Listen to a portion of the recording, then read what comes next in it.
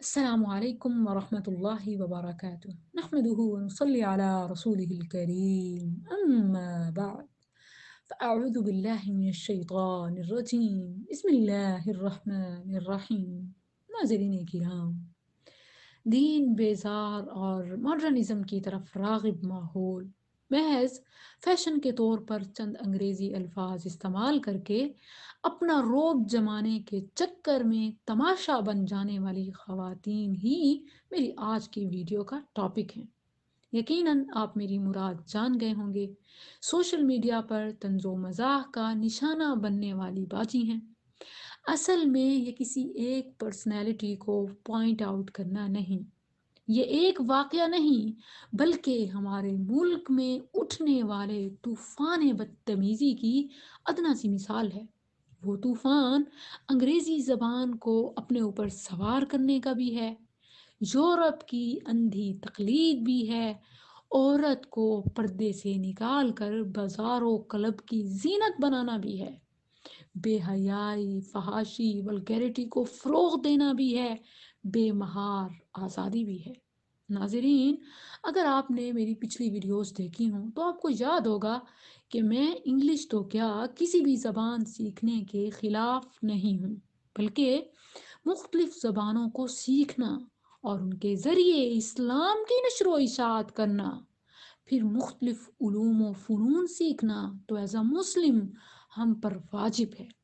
جیسا کہ نبی صلی اللہ علیہ وسلم نے اپنے صحابی زید بن ثابت رضی اللہ عنہ کی عربی زبان میں فصاحت، بلاغت اور کتابت دیکھ کر کہا: اے زید، میرے لیے یہود کی زبان عبرانی لکھنا بھی سیکھو۔ مجھے ان پر اعتماد نہیں کہ خط کچھ آئے اور وہ ترجمانی کچھ کر دیں، یا میں کچھ لکھوانا چاہوں اور وہ تبدیل کر کے کچھ اور لکھ دیں۔ چنانچہ زید بن ثابت رضی اللہ عنہ نے 15 دن میں ہی اس زبان میں بھی مہارت حاصل کر لی۔ نبی صلی اللہ علیہ وسلم یہود کی طرف کوئی پیغام لکھ کر بھیجنا چاہتے تو جناب زید ہی تحریر کرتے، اور جب یہودیوں سے کوئی خط آتا تو جناب زید رضی اللہ عنہ ہی پڑھ کر سناتے۔ اور پھر آپ صلی اللہ علیہ وسلم نے زید کو سریانی زبان سیکھنے کو کہا۔ پھر زید رضی اللہ عنہ نے صرف 17 دن میں ہی اس زبان کو بھی سیکھ لیا، اور نبی صلی اللہ علیہ وسلم کا ترجمان، ٹرانسلیٹر بن گیا۔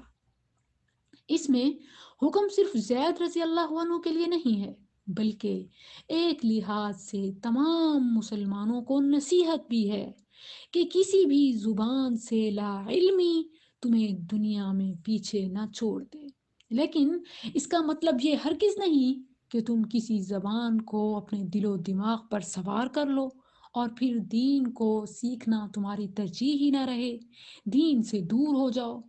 ناظرین، جہاں ایک طرف ہمیں اس واقعے سے یہ سیکھنے کو ملتا ہے کہ کسی بھی زبان کو ترجیح دینا یا اس کو تہذیب تمدن کی علامت سمجھنا غلط ہے، جیسا کہ پنجابی زبان میں بات کرنا یا اس افسر کا کوئی بات اسے کہنا اسے بدتمیزی لگا، اور اس طرح اس کا انگلش میں چند ٹوٹے پھوٹے الفاظ بول کر اپنے علم کی دھاک بٹھانا ہم سب نے دیکھا۔ ہم سب جانتے ہیں کہ ہمارے پولیس کے محکموں میں سے جو سب سے اچھا محکمہ ہے، جو محکمہ سب سے اچھا پرفارم کر رہا ہے، وہ موٹر وے پولیس کا ہے۔ آپ نے دیکھا ہوگا اس ویڈیو میں ہمارے پولیس افسران کس طرح ادب و احترام سے اس باجی سے پیش آ رہے ہیں، جبکہ وہ یس، نو اور شٹ اپ ہی بولے جا رہی ہے۔ یہ سب مغرب زدہ این جی اوز کا پڑھایا سبق ہے کہ پاکستانی عورت گھر سے باہر نکلے، برقعے کو دور پھینکے، جم، بار اور کلبز کا رخ کرے، میوزک کنسرٹ میں حصہ لے، اور پاکستانی معاشرے کو لبرل بنا دیا جائے۔ اپنے مقاصد کی تکمیل کے لیے وہ ہمارے اسکولز، کالجز، یونیورسٹیز میں مختلف شوز منعقد کر کے ہماری نوجوان نسل کے برین واش تو نہیں، برین سپوائل ضرور کر رہے ہیں، جس کی تازہ مثال آپ کے سامنے ہے۔ اب بھی اگر نہ سنبھلے تو سنبھل کبھی نہ پائیں گے۔ السلام علیکم ورحمۃ اللہ۔